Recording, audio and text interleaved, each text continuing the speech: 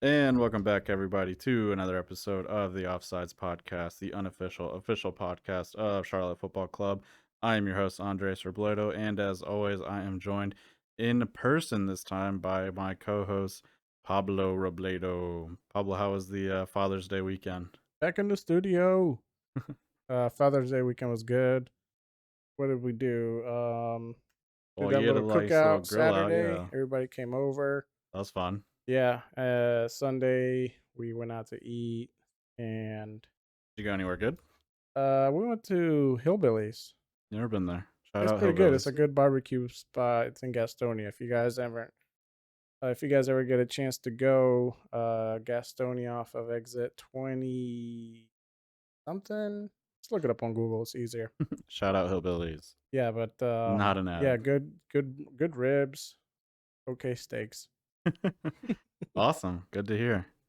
I What about got you? How was your Father's Day weekend? Good. As you know, I just have dogs, so we did celebrate that. I went to Costco. That was fun. Spent a lot of money there. Unfortunately, they sneak up on you. Like Yeah. you just grab a few things and they're like, "This is great, like a great bulk deal," and then they ring it up and they're like, "All right, that'll be one kidney," and you're like, "What? I They have give you that six big you get that items." big shopping cart, right? Yeah, Yeah, they're like, this thing's not full enough. yeah. What was sweet though is like they were very prepared for the Father's Day because they had all their golf stuff right by the entrance. Oh, So nice. I got their pack of gloves, which is a super great deal. It's like Mm, 4 gloves for $15, and they feel just as good as like any of the FootJoy ones or whatever that are like $20 for one glove. And then they had like golf balls and bags and wedges, but I didn't get any of that stuff. yeah, And then they had a sale on the AirPod Pros, so I did get that. Upgraded my AirPods. Those have been nice. finally. Yeah, been rocking the basic AirPods since like 2017. But yeah, I don't think anyone cares about any of this news though. So let's just jump right back into our regular show. So kicking it off, we got a couple of transfer rumors, which is always fun. Yeah, let's spread some of this fake news around.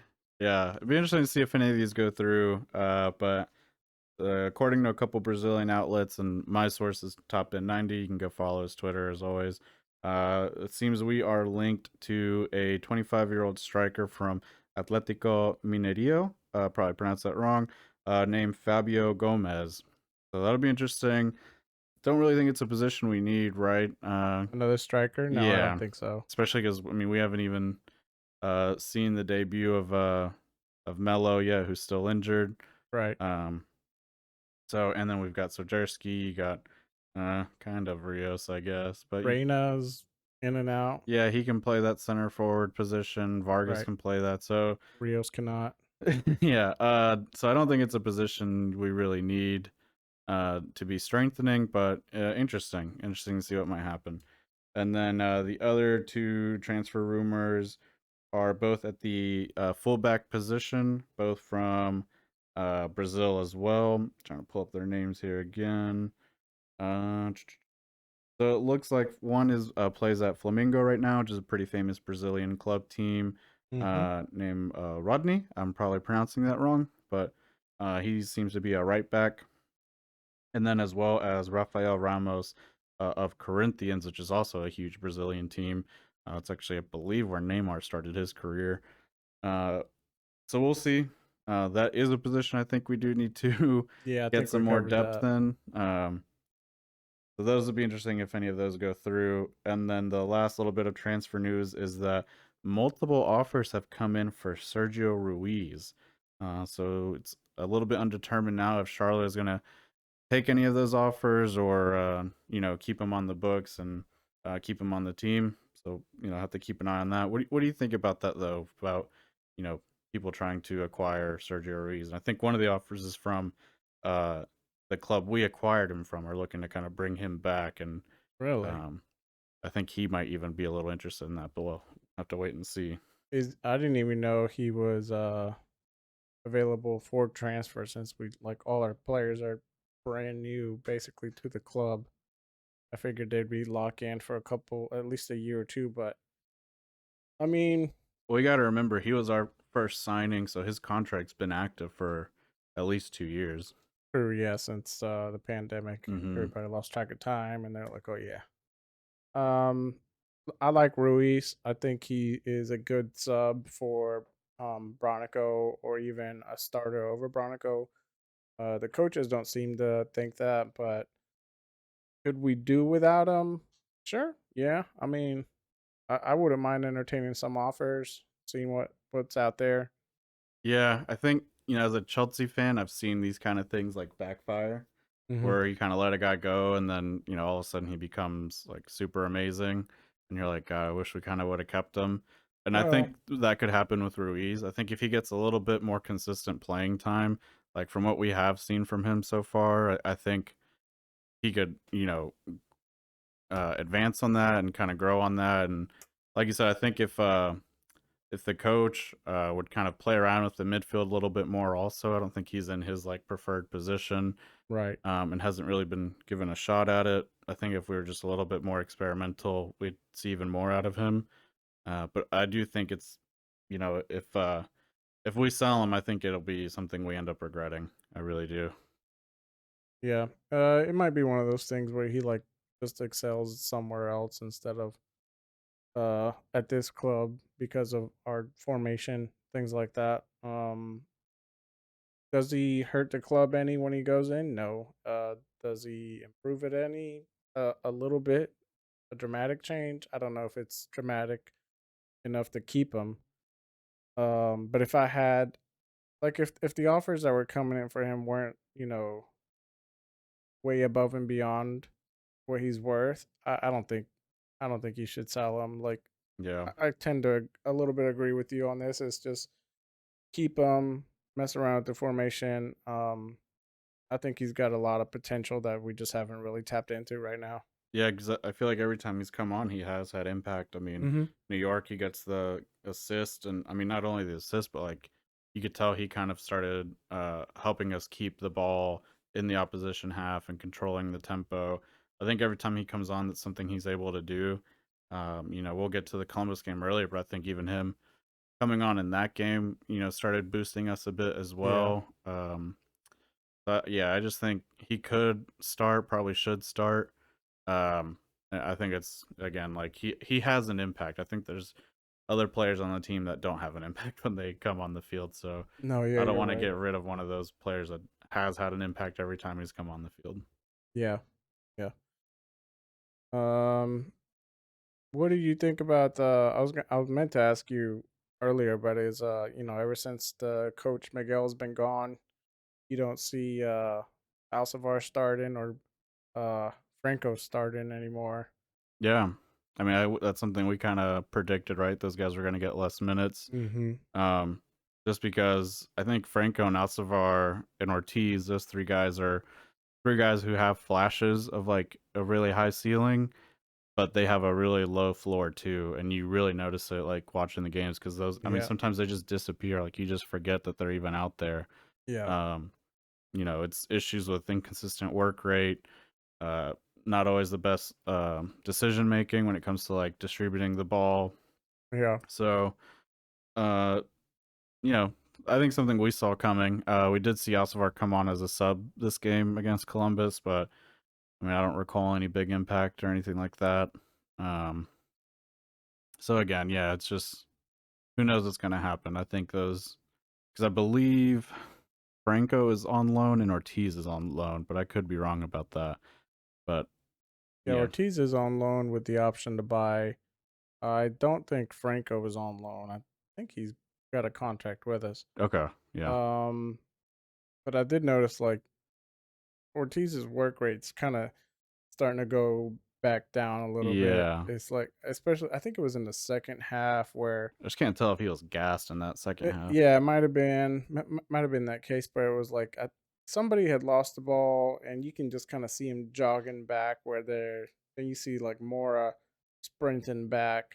And I get it, Mora's supposed to sprint back. He's a defensive, but like Mora was way further up than Ortiz was, and you would think the guy closest to the ball would try to make more of an effort to get to it, where he's just not making the attempt. But as I just kind of saw that little glimpse there, and I'm like, ah, he's kind of starting to go back to his old ways. Yeah, because against New York, I thought he was like completely different player than what we've Mm-hmm. seen before. Um, and I mean, I think even more of comparing him to Moore. I think like when you compare him to Bender, who he plays in the same position as, basically just on the other side of the field. Yeah. Like when Bender loses the ball, he's right back on it. Yeah, Like Bender's all over the place. yeah, it's like their work rate is so different, and it's something Ortiz needs to take a page out of Bender's book and increase that work rate and increase that fitness, because like he does have the technical skills, and Mm-hmm. like you can see him do like some pretty amazing stuff at times, but it's just too far in between, and he kind of makes some silly mistakes sometimes. Even when he does have the ball and he like tries to, do a back heel or turn around someone, it's like he just loses the ball, and it's like, why don't you just pass it off? Like just Yeah. find the open guy and keep it simple. I don't But think he just I don't think it's he likes to play defense. I don't think it's in him. yeah, There's some players that can do both, and there's some players that, they're great with the ball, but if they don't have the ball, then, don't expect anything else out of them. yeah, I think he just prefers to play as like a full on attacking mid, Mm-hmm. like right behind the striker or on the wing, so he doesn't Yeah. have to get back as much, and that's just not where we're putting him at. Because when we're on the attack, he does make good runs to get himself into position. Yeah. He's made a couple plays where he does pass the ball off well, but when we lose the ball, he's just like, okay, I'm around here if you need it. Yeah. Yeah, because like you were saying, like when he gets like outside the box or even maybe like 30 yards out, he can kind of create something out of nothing. Like we've seen him do some pretty crazy stuff every now and then. But yeah, that work rate when he loses the ball just kills us sometimes. And it does seem like he's kind of regressing back to that. Um, Hard to say again if it was just like being gassed in that second half or what, because Right. we'll get to it when we cover the Columbus game, but I did think that game pretty much boiled down to who had the better midfield. Yeah. But anyways, moving forward, last little bit of news. It looks like Fuchs is back training with the team after his, I believe, ankle injury. So that's good to see. Hopefully, we'll see him in the starting lineup coming up this weekend. But other than that, that is all the news I had. Anything else you wanted to add on that? No, that was it. Awesome. Well, let's just jump into our recap of the Columbus game. We were away at the Columbus Crew Stadium. Pretty nice stadium. It's a soccer specific stadium. I think it holds Mm-hmm. like 20,000 people. They, I think, almost had it packed out. But it was cool atmosphere from what we could Grass tell instead on. of turf. Was it grass? Looks like grass. Okay. I couldn't tell if it was just like very intricate turf design or if it was grass, because I didn't see any Different shades like of turf. yeah, because I just didn't see any like ground or dirt like kind of pop up or anything, or any like divots or anything like that. I mean, it looks like grass to me. Yeah. Yeah, interesting how that changes things. But so second game for the new manager Latanza. What did you think of his second game as manager and how the team looked overall? Look, so far so good. It's one win, one loss. No, one win, one tie. Yep, No losses. undefeated. Yeah, so he's still got that clean sheet. Um, I wasn't disappointed or upset with the formation that we put in. Um, the subs that he made was fine. The formation that we played was fine. Uh, and at times it looked like we could have won this game.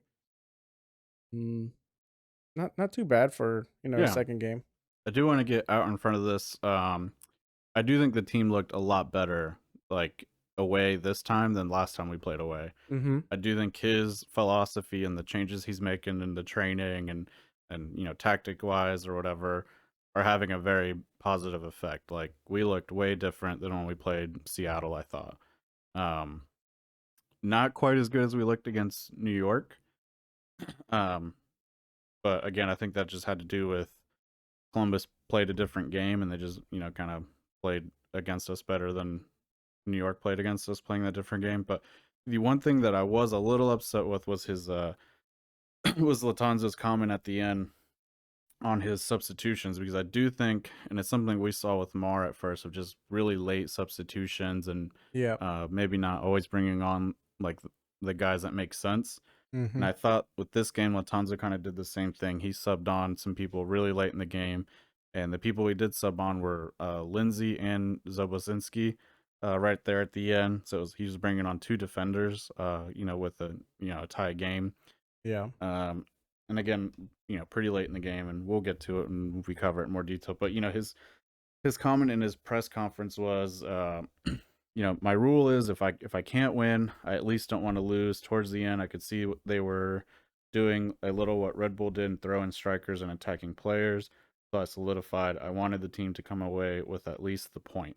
Yeah. And I think that's a good attitude when you're like a top 4 team and you need to just get as many points as you can. But I think with Charlotte, we've lost so many games already, and when you only get 1 point from a team below you on the table, it's kind of like dropping 2 points instead of gaining the one. So I just kind of felt like, these away games, we really need to start winning and getting 3 points from them. And I think honestly, like getting the 1 point or getting no points, it had kind of a similar effect because of how close that playoff spot is on the table. Mm-hmm. That I was a little bit disappointed with that uh, I guess train of thinking, or that idea of just trying to get the tie. When it was, again, like we've said, it was a winnable game, and I just felt like with how many losses we have, we need to be getting as many points as possible and trying to win the game. I don't think if you come away with the loss here and the tie, I think it's almost kind of like we would end up in the same position either way at the end of the season, as opposed to getting the 3 points and kind of moving up the table further. I don't know. Yeah, What are your thoughts on I that? thought I agree with you. The subs were on fairly late, whereas and did he only have the two subs? Well, Ruiz came on and Alcivar came on as Oh, well. okay. I think those were also kind of late. But no, yeah, I look, I still want to see Vargas get in more. Um, I also want to see Rios get subbed out. I feel like Rios isn't performing as well as he He had a could be. real stinker of a game. Yeah, yeah, he just kind of lazy playing. Um, I I don't know. I kind of agree with the subs he made as far as defensive, because to me, especially like around the 75th to 80th minute, it seemed to be just like Columbus was on all out attack. They had it seemed to looking back on this replays and just looking back at the game, they seemed to be attacking probably 2 to 3 times more than we were. Hmm. Um, so I could see why the coaches, getting in fresh defense just to secure the tie, because you don't want to walk away with a loss.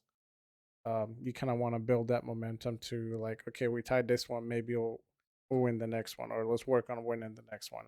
I agree with that train of thought, but not when you have 8 losses already. Like you've Yeah. lost so many points already. You have to be aggressive and try to make up the ground if you want to really be in the playoff spot.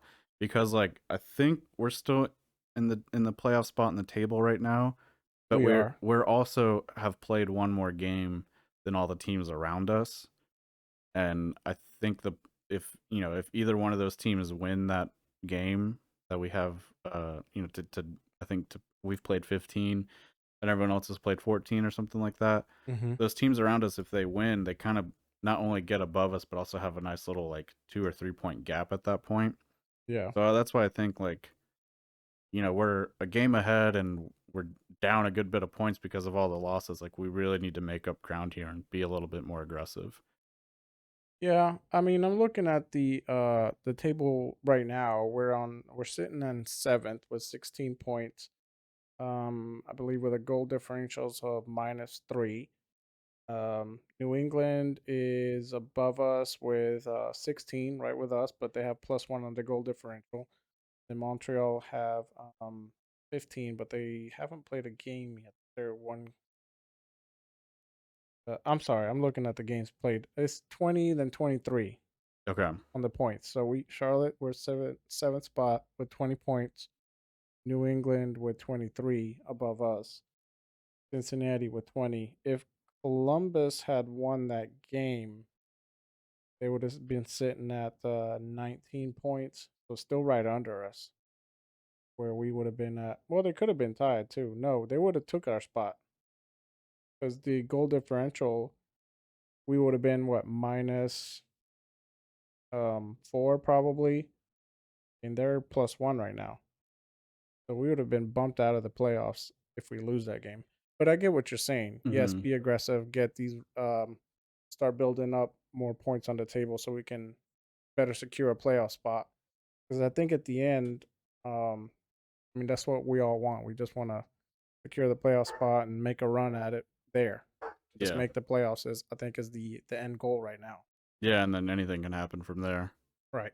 Um, yeah, so we'll kind of start jumping into it, but I think the other reason I didn't really like the substitutions is like you said, like in the second half, Columbus was starting to build up some momentum. But I Mm-hmm. honestly think that had a lot to do with our midfield. Um, Columbus had some good numbers in the midfield because of the formation they were playing. They're playing like a 3-5-2. So when they were attacking, they essentially had, five guys in the midfield compared to our three. Um, you guys can probably hear the Brewski. Brewskers. Brewski don't like your thoughts. Yeah, he's a big Columbus fan. But yeah, it just felt like that game really boiled down to like the midfield battle, and Columbus were kind of winning it. And I would have liked to have seen like Ruiz and Jones come on, and maybe like Vargas, and just try to win that battle back your way. And Mm-hmm. Yeah, I you think know, I agree with you. Jones would have been uh a good defensive player, but that also brings that helps out the attack yeah, very well, similar to like how Mora does. mm-hmm, yeah, and then just some fresh legs at the wings, like Mm-hmm. could have really, because like that 3-5-2, it's a very like demanding formation, especially from like a physical standpoint, Oh especially yeah. on the outside backs, because Mm-hmm. they got to get up to attack and quickly recover. Yeah, you saw um Mora doing that all the time. yeah, so like if they would have put Vargas or Reina on, who have a ton of speed, against the Columbus players who were fatigued, and then I think Ruiz could have found a play to make or something like that. I just think we had the options to be more aggressive and to just have the mentality of like 1 point's enough. Let's just take that. It was a little disappointing this late in the season. Um, but anyways, enough about Latanzo. Let's jump into the game. First half. What were your thoughts on the first half with Columbus? First half, I had a couple of notes here.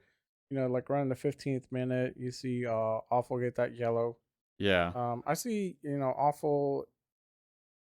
there's been a lot I'm of criticism from Charlotte FC fans on Awful. I think it's really. pretty misplaced. What do you think? Yeah, I mean, I haven't heard the criticism, but right from the start, I've always liked Awful. Mm-hmm. I thought he wasn't getting enough minutes. I thought he when he is in, he his defensive skill, especially in that outside, is very good. He puts enough pressure on a defensive where he doesn't let the attacker get that full on attack where he has to get rid of the ball basically. Yeah. And then when he wins the ball, he's good at just starting the attack from his side, either up the side or like to the middle. He's Mm-hmm. got very precise crossing skills. Yeah, he's got really good passing. Yeah, so for uh, also maybe I'm not sure how old he is, but 35. 35. Yeah, so for being up in the age, he's doing very well. Yeah, and it I'm doesn't not look sure like he what the gets gassed criticism is either. though.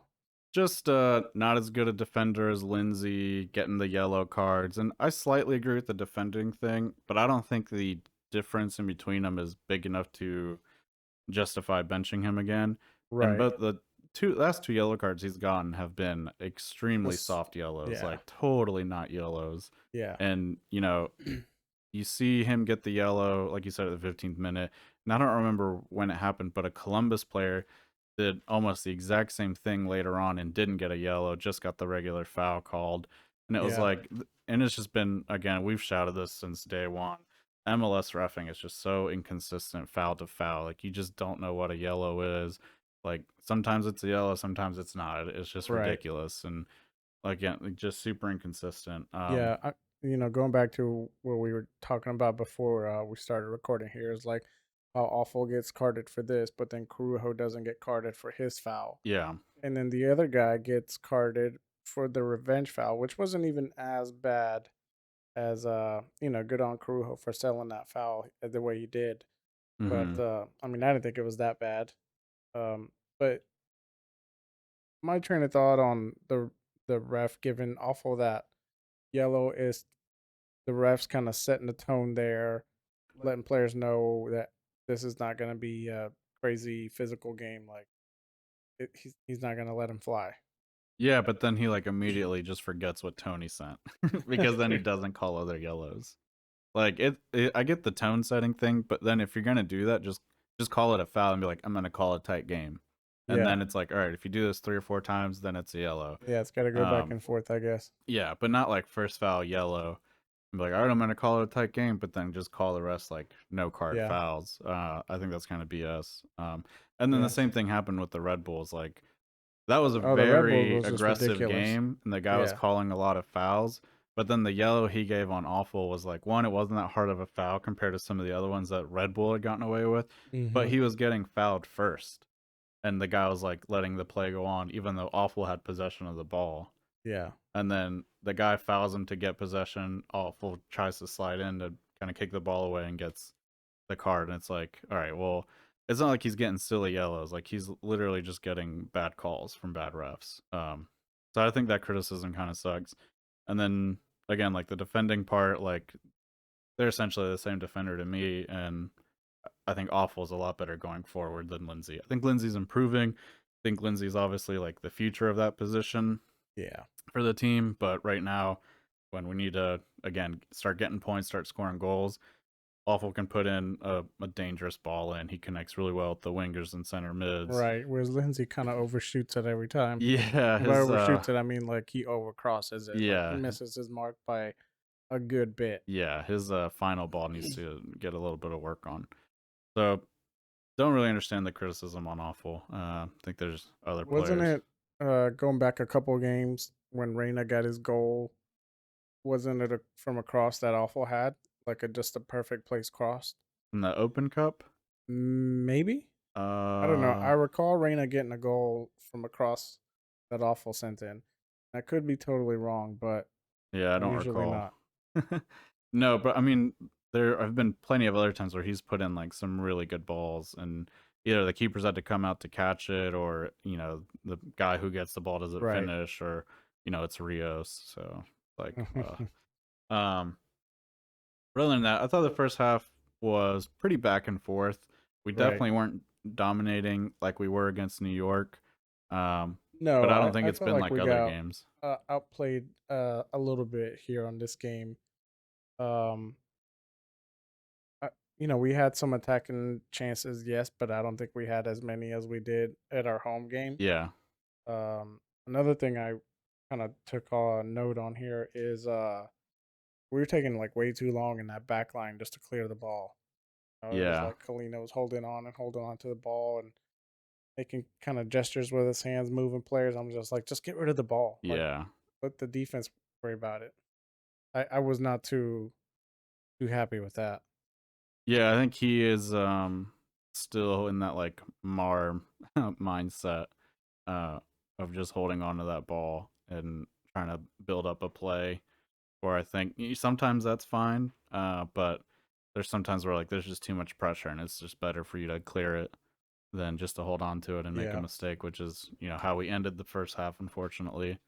Trying to think I just looked at the stats here on the sofa score, and the ball possession they ended up having a 50-50 game.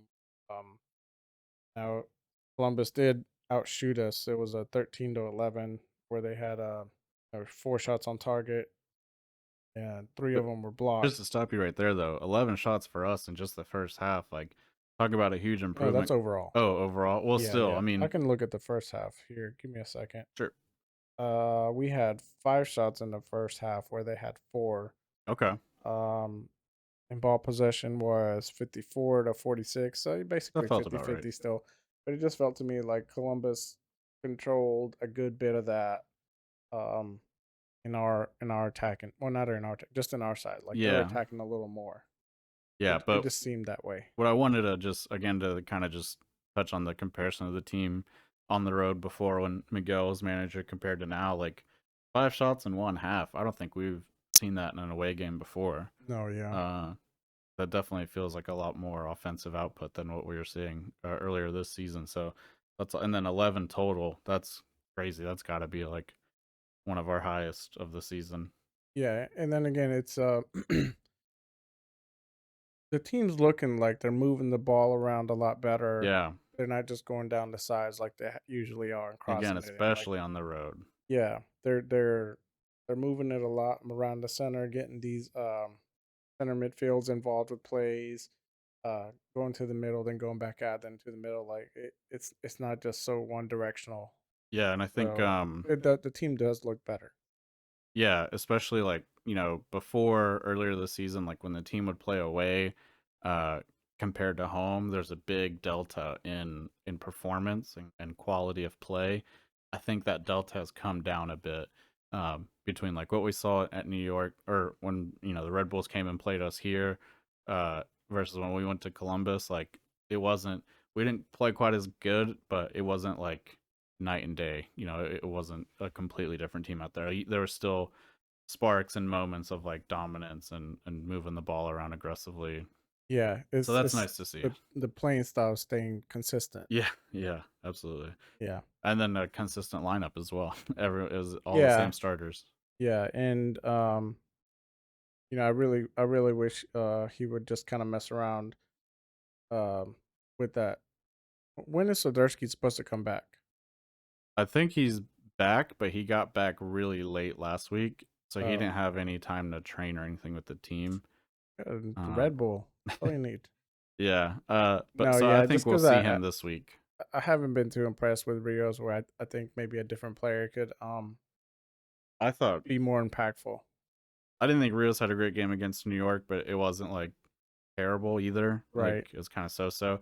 But I thought this game looked really bad, and he kind of like had that look of like, yeah, I'm the star here, and then like also kind of had that work rate of like I don't need to like try or anything. And I Mm-hmm. mean, he was just getting dispossessed, bad decision making, like Yeah. poor work rate. Like he did not pressure that back three at all. No, and that's Um, one of the notes I have here is it's not enough pressure by Rios where he should be pressuring those defensive guys to make them make yeah. that hurry up play where maybe they make a bad pass and one of our guys can jump on it or he can jump Mm-hmm. on it and we can start a quick counter, but like he's just jogging. Yeah. It's just like might as well not even jog at all. Like Yeah. the defense knows you're not really coming at them. They Yeah. have so much time. I think his just finishing isn't that great either. No, Like it's his not. touch His isn't that header is great. not that great either. I mean, Like I don't know. yeah, just he's not doing it for me. He kind of stinks. Yeah, Um, right now he's on the stinky list. yeah. Um. So let's talk about the goal at the end of the first half. Ooh, Just a lot of pressure, and I'm gonna just well, and move the look, that highlights goes to back go to it. to how they got their goal was their their forwards pressuring our defense, making Yeah, us do the a hurry up decision where we make a mistake or a bad touch and they capitalize. I yeah. I mean, we will just talked about that. do want to give props to the outside back from Columbus because that pass was gross. That was a really good vision to Mm-hmm. find that space there. But like Walks had shut that guy down pretty much, and you know all Clean had to do was clear it.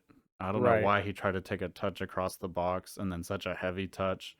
And I saw some, Think about it. Just took a bad bounce off his cleat there. yeah, and then I saw I saw some stuff on the Facebook group for Charlotte FC where it was like, well, Walk like blasted that ball at him. He had no time to wind No, up and Walks clear, hit that with and the outside of his foot. not only that, but the guy was like, he had no time to like wind up and clear it. I'm like, one, if someone does blast a ball at you, you don't need any time to wind up. You can literally put your foot there and lean back, and it's going to launch like 20, 30 Mm-hmm. yards. And then for a professional goalkeeper, I'm sure that's even more. And then, two, like we're watching the replay, he could have wind up a little bit. He just needed to take that thing first time and just launch it back into the midfield. Like, Yeah. doesn't necessarily need to go like into Columbus's half or have to be like a full on clear or anything, but No, I mean he he can could have got it still. out of the box Yeah, easily. he can still open up his foot and hit it with the inside hard enough to Yeah. make it go up and out of reach for somebody. Like you and I could clear that ball. Oh yeah. Like that was not a hard thing to do at all. Like No, that was very I basic. I think there was heavy pressure by the Columbus offense, a bad bounce off of Polina, and they just capitalized on it. Yeah, That was, so there's really no blame on our end for that. like you and me. Mostly you. Yeah, we didn't do anything wrong. No, I agree. I think it's just a silly mistake. Unfortunate. Like we've done what, maybe 3 of those. I think Kalina has done that 3 times, twice against Philly, and this is the Oh third yeah, time, and yeah. Polina's it's just kind of costed us games. That being said, though, I'm gonna quickly forgive and forget with Kalina on this one because I mean, how many times has he saved us? He's quite a got some couple in this game goodwill. too. Besides Yeah, that one, he's got some goodwill built up in the bank, but yeah. just want to see him not hold on to the ball too much anymore. Like I get it, you want to be a ball playing goalkeeper, and maybe get called up by Pep Guardiola to go play at Man City, but it's just not gonna happen. Let's Man City. hey man, that's what they do. Their goalkeeper should watch some of his highlights. No thanks. He's all about passing from the from the end line or whatever. Um, but yeah, I think just get rid of it when the pressure's on like that. Like when you got a Columbus guy running at you full speed, Mm-hmm. just get rid of it. No, yeah, and especially there was 2 of them. Yeah. So, but good on Charlotte to in the second half quickly respond. I don't know if you had any notes that you wanted to cover. Yeah, right there Uh, towards the end, there was I think around the 48th minute, Carujo had a good attempt. He had a shot. yeah, And then there was also another good shot on the around the 49th minute by Ortiz. Um, there it was a. Oh no, I'm sorry. Now I'm in the second half. yeah. We can go Yeah, ahead and the jump to that. We first can half jump to we're that. done. Yeah, we scored. Move on. Forget. I will say it felt like they didn't let this goal affect them too much. Yeah, Right here as we're starting the second half basically, but you can tell the team feels more confident to go get a goal back mm-hmm, compared to other away games where it just felt like as soon as we got scored on, it was like game over. right. Because it would be so hard for us to get a goal. This time when we started the second half, and props to the team, they scored in the 49th minute or 50th minute. Um, you could see that the attitude was like, we can get this back. Like we Yeah, can still win this. Like yeah. Even I felt that after they scored, I was like, I felt like we were still in it. Like yeah, this game could go very much either way. mm-hmm. I didn't think Columbus was outplaying us that much. Um, when I was watching the game, it did seem like they had more attacking opportunities and they Yeah, spent more time in our half, but we also had a good bit of counterattacks and build up play yep, to, we just had to play some better shots, you know. yeah, But no, I felt like the game was still within our reach. If you go back to like statistically speaking, anytime we get scored on first, it's an automatic loss basically. yeah. Um, but then again, new coach, um, new rap sheet basically. It's like Mm-hmm. it's a fresh start. I didn't feel like the team was gonna lose at all. Yeah, I felt that way too. I think that's another reason I was a little upset with the substitutions because I just didn't feel like we were going to lose this game. Perujo has really stepped up his play, um, where it just feels like it's super hard to get by him. Mm-hmm. Uh, and then Awful and Mora again are super consistent, and then Walks has been great. Yeah, Walks Um, is so the slowly building up his rep there. yeah, like the back line doesn't feel like a liability anymore, No. where it used to kind of feel that way. Like I feel very comfortable on them just being able to like take on a wave of attack and a wave of attack. Yeah. Um, I will say like in the second half and the game in general, like you said, like I just think they were kind of winning that midfield battle. I mean, they had the numbers with the 5 in the midfield compared to our 3. Mm-hmm. Um, so it'd be interesting to kind of you know experiment with that and see if like a guy like Jones or Ruiz can kind of put a stop to that, cut off passing lanes a little bit better, and then find the pass to transition the game, transition the team in the offense a little bit more effectively than Bronico right now, who I thought had a decent game defensively, but just not seeing any like amazing Yeah. offensive distribution from the ball. You Every know, now and you then he has a decent long ball, but it's just so inconsistent. Most of his passing and there's a lot of Bronico fans who read stats out and they're like, look at how accurate his passing is, or all the yeah, passes he makes. It's like they're all to the to the center side of back and the or outside back. like It's like, passes he knows he's gonna yeah, make. Yeah. Like, of course it's gonna be. And the thing I wanted to just highlight was like a guy on the Columbus Crew team that stuck out to me was Aiden Morris, who basically played the center mid spot for Columbus. It kind of felt like he was everywhere and dispossessing. Like he kind of shut Bender down that game, Mm. and just kind of felt like he was like anytime we had the ball, he seemed like the first guy that was pressuring it. Mm-hmm. And so he had 81 touches compared to Bronico's 60, 50 passes compared to Bronico's 43 with a 90.9, so 91% accuracy compared to 86. They both had one key pass. He had 4 crosses, one which was accurate. Bronico had 0. He had 4 long balls, which all 4 were accurate. Bronico had 5, of which 2 were accurate. None of them had any shots or anything like that. He won 13, or he was in 13 ground duels, won 8. Bronico won 6, or he was in 6 and won 4. He was in 3 aerial duels, unfortunately didn't win any, or fortunately didn't win any. Bronico was in 2 and won 2, so that's good. And then he lost possession 14 times, which is kind of high compared to Bronico's 7. Both had 1 foul, and both were fouled twice. Right. So to me, it's just like a lot of those key stats in that center mid position, like he's just doing a lot more of. And the only reason I bring that up is just because like anytime I suggest like, hey, we should switch the midfield around, like put Ruiz there, see what happens, or put Jones there. Mm-hmm. People just get up in arms about trying to replace Bronico, and they say he's this like defensive juggernaut or whatever, this ball winning center mid who does all this dirty work, and it's like, I mean, statistically, clearly he's not. like, No, I. like there's been other instances too where we said, that 16-year-old for Seattle outplayed him. I think it was who there was another 18-year-old midfielder somewhere that we thought had a way better game. So just kind of wanted to throw that out there to see what you thought as well. Yeah, I think the 18-year-old you're talking about was when we played New York in the Open Cup. Yeah. Mm-hmm.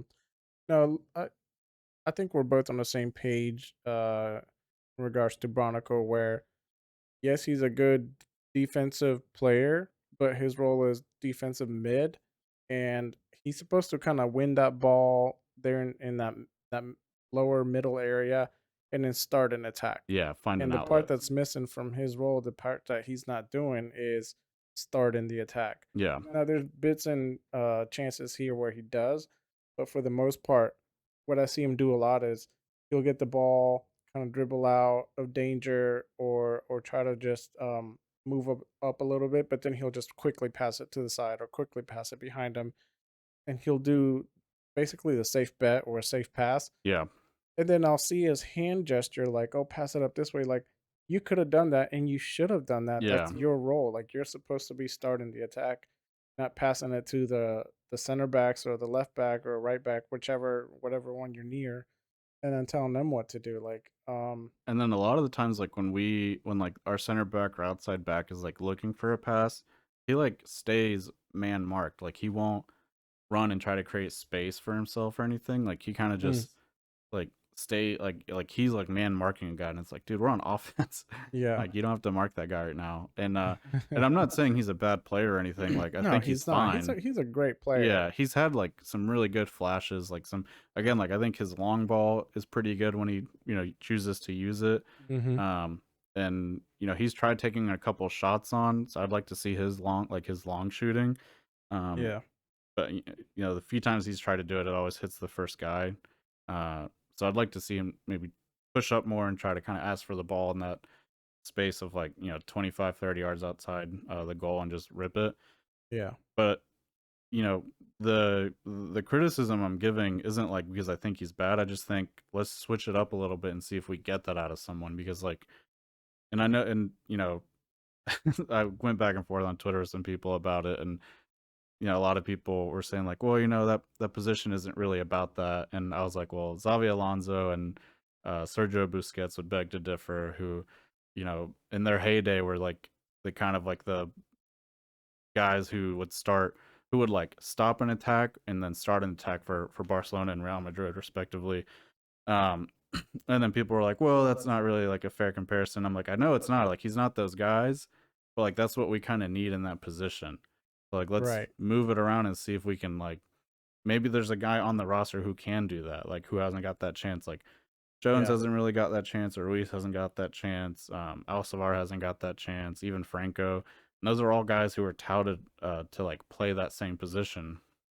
So to me, it just doesn't make sense why we're not trying to experiment a little more there and just kind of see if we can get a little bit more offensive output from that position. Because it's like if you don't have it, then you're kind of just giving it up, right? You're playing a man down on offense, which Yeah. is just going to make it that a little bit harder to score goals. And then the last thing I'll just uh, rant on about the position of like that deep center mid or holding center mid, whatever you want to call it. All the great teams have a really good like holding or deep center mid. Like Chelsea right now have Conte. Before that they had Fabregas. Before that they had Michael Essien. Barcelona have always had a good one. You have Sergio Busquets. Before that they had Yaya Toure. Real Madrid have Casemiro and then Xabi Alonso. Like it's just like when you have a really good center mid, it really elevates your team.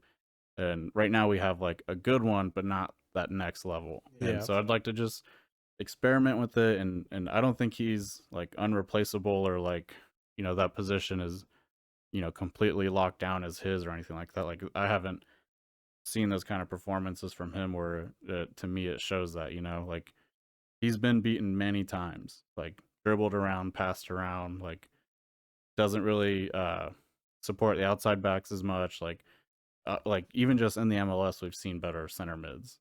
So again, like I just think it's something that the team should look at and try to experiment with. And Charlotte FC fans should not be so die hard on only playing him. Like you've got what 25 guys on the roster. Like you can move around your starting 11 a good bit. Yeah. Yeah. I mean, look, it's similar to like how uh when Mora first started playing that left back position, some of the fans weren't too happy about it. They didn't like it, and now look at him like he's probably one of the hardest left backs to get past. Yeah, He plays very physical. He's very quick. Stamina is way up. and he also gets forward. Like when Yeah, and finds he gets himself in really way good positions forward. forward. Not saying that Barnacle doesn't, but and this will be my last tidbit on him because I get tired of talking to him about him every time. Yeah, He's a good defensive player, yes, but he needs to win the ball and start to attack a little more instead of win the ball and pass it to our left or to our defensive guys where we're starting to attack from further back in our field. I would also just add to it, like he also just needs to win the ball more.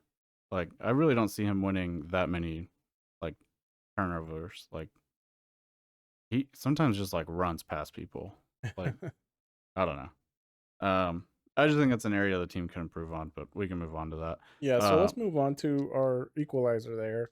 Yeah, I mean, great right play. out of the gate, 49, you know, Basically the 50th minute. yeah, basically, Carujo there, he does have that good shot, and I think right after that we start capitalizing on the attacking momentum we're building up. We got Bender finds a great pass onto Ortiz. yeah, Ortiz, Ortiz has a real nice great shot. shot, Good, powerful and then shot. good cleanup by Shinshinsky there. He had a funny quote, and I think it was because he's so used to playing at altitude and the ball tends to like travel more and higher when you're playing at altitude. Mm. He was like, man, in Colorado, that ball doesn't go in. He's like, I've hit that so many times, like over the bar. He's like, it's nice to see that like went in. And I was like, that's pretty funny. Like getting used to Yeah, interesting. playing at a more regular elevation. But yeah, I mean, just such a well placed shot. Inside of the foot, bottom corner. Nice little curve on there. Yeah. Yeah, that was nice. Well placed shot. Let me ask you this: same situation. Ortiz shoots, but instead of Shinshinsky, it's Rios getting that cleanup shot. Does that go in? Absolutely not. No. One, I don't even think he hits it first time. He probably tries to settle it. He And does then have a two lot. is Yeah, immediately surrounded by defenders, and I think he thinks he's like really good at like dribbling out of tight spaces and juking people out because he like tries it, but he always gets like dispossessed. yeah. Like I've never seen him beat a defender. He's good at holding up the ball and getting the ball out for like a pass, but He might as well be replaced with a brick wall, like a movable brick wall. That's a little harsh, but No, yeah, that's maybe. literally all he is.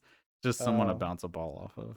and then going back, this is Shinshinski's what, fourth goal now? Yeah, I believe Yeah, so. and then so now he's tied up with Swiderski. They're 4-4. You think this is gonna um push Swiderski to get more goals in? I mean, I would think so, right?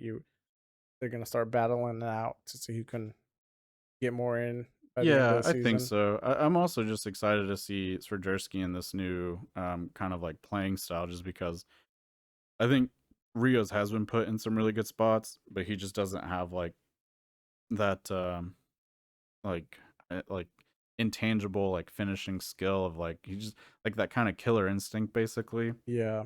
that Swiderski does have. And Swiderski's like ball handling skills are a lot better to actually get out of tight space and create a shot out of nothing. But I think I think these guys are going to be playing off of each other to score goals, and it's going to be fun to watch. Yeah, I think Rios is or strike like how he plays the striker position is just very basic, just kind of lurch movements. Um Not a lot of quickness from what I've seen. And it's disappointing because at the beginning of the season, from the highlights that I had seen when he played, I think in Nashville, um, could be wrong about that team, but he Yeah, he looked played in promising. Nashville. He looked very promising, and it just hasn't panned out over here. Yeah. So um, I don't know what's going on with him, but all season long, I mean, I get he's had some goals, but they haven't been like. I mean, they've been cherry picking goals. Let's Anyone just could have be scored honest. Like he those. was right in front of goal. Anyone could have scored Yeah. those. I think it'd be more interesting to start like Sergersky's not ready to start. I think it's way more interesting to like start Reina in that position. Yeah, Reyna's way Uh, more explosive. Vargas start Shinyashinsky in that position and put someone else out at wing. You can put Reina or Vargas out at wing or Yazwiak. Mm-hmm. Like you Yeah, just have so Jazwiak, many options. return Um, of the Polish Pistols. yeah, yeah. I just don't see. I don't see why we need. He's not a game winner. I said this. Um, when we did get I think the start of the second half, I tweeted out like, Rios is not going to win us this game. Put someone else up there. Um, and I do think like someone like Reina and some of the positions that Rios gets in like could do a lot of damage because he's like very explosive. He has good dribbling skills. He has a strong shot. Um, I just don't think Rios is it.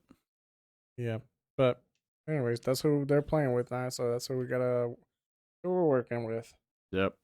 Um, Anything else on the second half? I did have a question right now. He says, "Have we seen this ref before? This guy did look familiar. This ref." I don't know. That's something I'd have to like go check, but I don't recall. I thought the New York ref looked familiar. I thought he was the ref we had at Atlanta. Hmm. Um, and he was pretty bad, just like that ref. But Yeah, he did let that Atlanta game get pretty physical and out of yeah, hand. yeah. But no, I don't recall if we've seen this ref before or not. For that being just that kind of old ref, he kept up pace pretty well. Yeah, I mean they have to like pass a certain physical test and I stuff. don't. I could be a ref. I should be a ref. He'd be a bad ref. I'd be refing from the middle. Yeah, you don't run back ever. Yeah. You're worse than Rios. Like, look, I don't. There's a reason I don't play defense. It's because I'm out of shape. Um, I besides love to that, say at the start or at the 11th, and if you're watching the highlights from the Major League Soccer YouTube channel, here's at the game time of the 11th minute 30 seconds, Rios gets megged, and it is disgusting. That little like yeah, meg that Columbus guy does. Just yeah, shout out and to that then guy. again, you see him get megged, and there's like no No fury. incentive Yeah, to no try to go incentive get to that get it ball back. back or He's just anything. like, Yeah, like, all right, cool. so That's cool. yeah. Besides that, I don't really have too much on my notes here. There's, No, it was a good back and forth game. I Oh, think we do Columbus need to really cover. started stepping up their attack in there around the 80th minute, where I see a lot of saves by Kalina there, and We do need to cover right at the beginning of stoppage time. Uh, who is? I think that's Ruiz that finds Shinyashinsky basically on a breakaway, and he just misses that wide.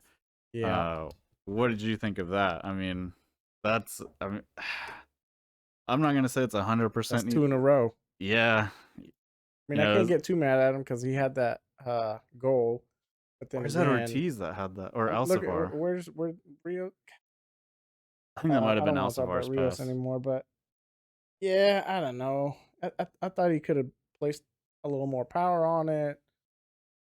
There's so many what ifs on that shot, but I mean, he was 1-on-1 with the keeper. That's Yeah, that's two that he's kind of flubbed in a hmm row. One against New York, and then one now. And I mean, this was a game both of winner. them have been from 1-on-1 situations. Yeah, man, I mean, hopefully Mackenzie Gaines went up to him and was like, "Hey, man, been there. Yeah, It's gonna be all right." yeah. Similar situation, but going back to you think Swiderski puts that in? I don't know, because again, it's not 100% like, you're gonna score that, because he does still have to like get it around the keeper. I'm just trying to get our highlights back to it. I think Um, he tried to curve it too much. yeah, he tries to get it like around the keeper, but man, this pass is so good. Um, the keeper comes out pretty quickly. He's at the top of the box and tries to, yeah, just kind of like chip it around him. Could have just chipped it right over. That's what I was thinking too, but you always look like an idiot if the chip doesn't go He well. looked like an idiot with that shot. Yeah, well, that looks like a more like an attempt. If you like try to chip it and it just Yeah. goes like straight into the keeper, you look like just a dumbass. So I don't know. That's I think Serdersky definitely plays that differently. Um, He he prefers that left foot, so that would have been a little tougher yeah, shot.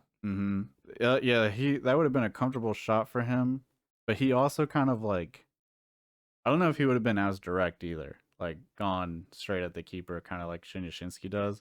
I think he would have like tried to cut one way or something.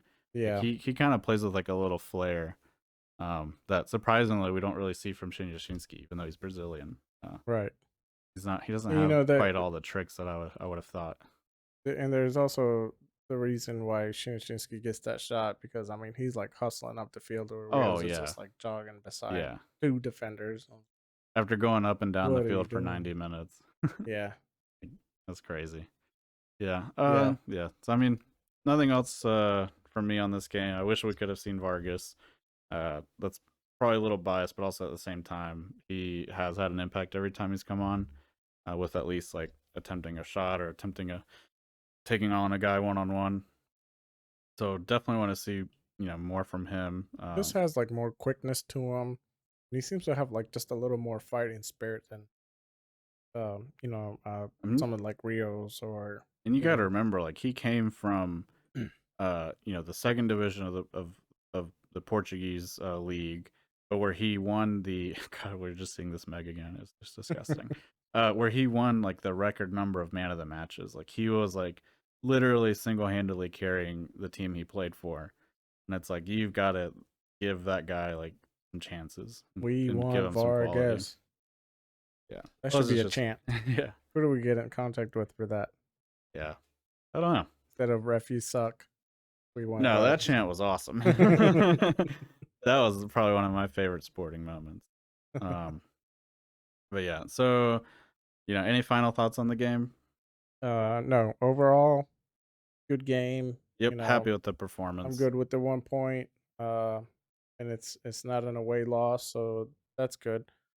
Just move on. And Latanza's tied up the Charlotte FC record for most away points for a manager Yeah. with one.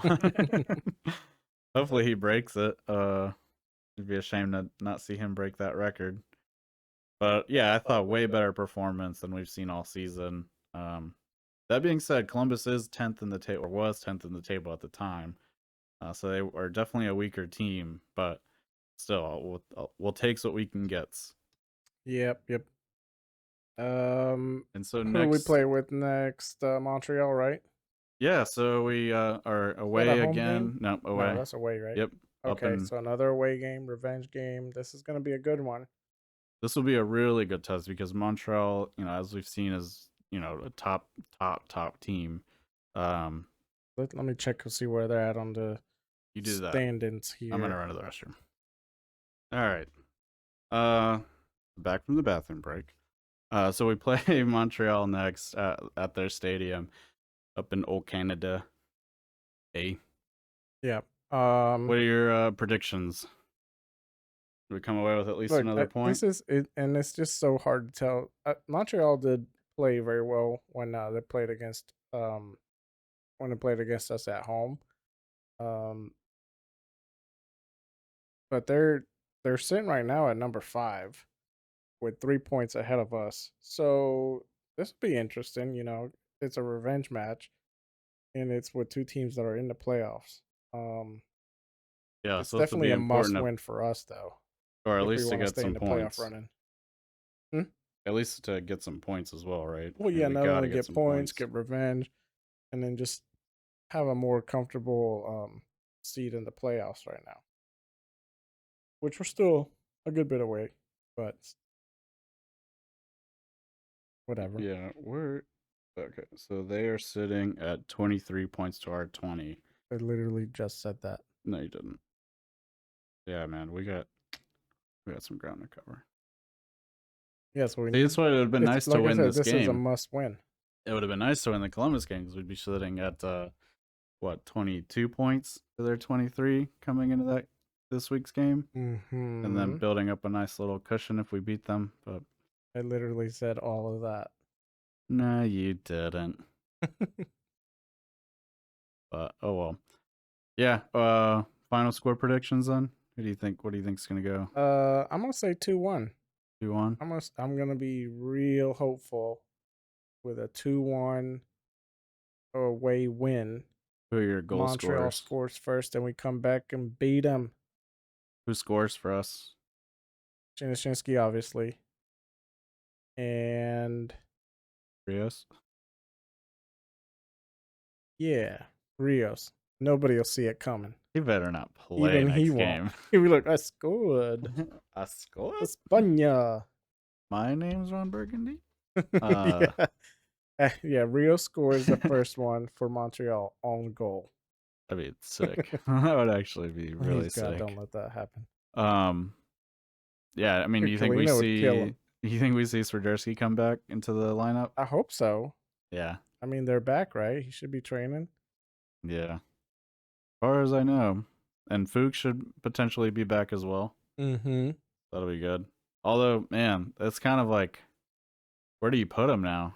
You just take him over Walks? Yeah, put him in Walk's position, but I think Walk should come in as a sub for Fuchs. I mean, I get he's a DP player. He's like everyone's favorite, but he's old as Fuchs. I Really don't is. know. I could see He gets keeping. tired. I was gonna say I could see keeping Corujo and Walks at center back and letting Fuchs play left back for like 60, 65 minutes and then putting Mora on. Yeah. I could see that. I want him sub not because he's getting gassed, because he's not. He's not getting tired. I want him sub so he doesn't get injured. Yeah. Because I think the injury is just coming from so much playing time. Yeah, it has to be. Yeah. I think I wanna say we're gonna win. I am curious to see how this new version of the team deals with Montreal's like high pressure, which is what we saw last time they came and played. And Lot of obviously it pressure, yep. didn't deal with it very well. When they played us at home, I don't even remember the scoreline of that game. I do. It was 2-1. 2-1. Yeah. No, I don't. I was gonna say I don't think we scored. I feel like you say that about all the games. High pressure. No, I honestly think like only 3 teams have played that way: Philly, New York Red Bulls, and Montreal. Well, what are you gonna do?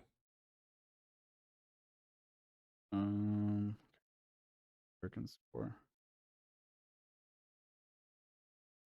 2-0. So they beat us 2-0 at home. Yikes. Yeah, it'll be interesting to see how the team deals with it. I think we're much better suited now to deal with it and play an aggressive counterattack than we were before. So that'll be interesting to see if that 2-0. happens. They beat us 2-0. I just said that. Now you know what it feels like. So yeah, we'll see if there's some counterattacking opportunities, or if we do what we did to New York Red Bulls and just dominate them. Yeah. Uh, I'm just gonna be hopeful and say Montreal scores first, and we come back and beat them 2-1. I'm gonna say we get That's full being hopeful. revenge and 2-0 them, and Hmm. it's gonna be Swiderski and Shinyashinsky. The two top goal scorers are probably gonna score. That's a Playing the safe bet. numbers here. Yeah, it's a pretty safe bet, but I'm gonna go with it. So we'll see how that goes. Any other lineup changes besides Swiderski and Fuchs coming back up into the lineup that you would want to see? Look, I like Gaines, but I want to see Vargas in. Yeah, Man, but Gaines is like he's Gaines kind is of on a good. heater. Yeah, He like wasn't as good this game, but he had his moments. yeah, he did have his moments. And that New York Red Bull game was awesome. Yeah. Um. Obviously, I don't mind Bronico, but I just want to see him play a little more on A little more that attack. aggressive. Yeah, just a little more aggressive. Quit passing the toe back. You're better than that, Bronico. If You you know, score a goal, we will buy $100 worth of merch and we'll give it never buy away. your merch. We'll give it away on the podcast. You're never getting your money back. I think I'm done with the Ortiz experiment as well. Oh yeah, that's another one I didn't think about. I I don't just know. don't know He's been who. okay. Yeah, but we need more than okay against Montreal. I think it's time for Ruiz to step in. Yeah. What's Montreal's record been lately? I have no clue. I don't want to look it up. It's But I all mean, they it's all in were, different currency. top 3 at one point. Now they're dropping down, so maybe they're on a downward slope. Maybe But they is got that some because injured of players. is that because they're using the metric system, or do we use I the metric system? don't know. It probably won't be as hot it is over here though. So Yeah. good for our guys. Yeah. True. All right. Well, any final closing notes? No, just make sure you guys do the whole thing. You know what to do. All right. Well, thanks everyone for listening. You put me on the spot here, you son of a gun. Close it I up. was not mentally prepared for this. Don't miss it like Shinyashinsky. Yeah. Oh, geez, this is my moment, my one-on-one.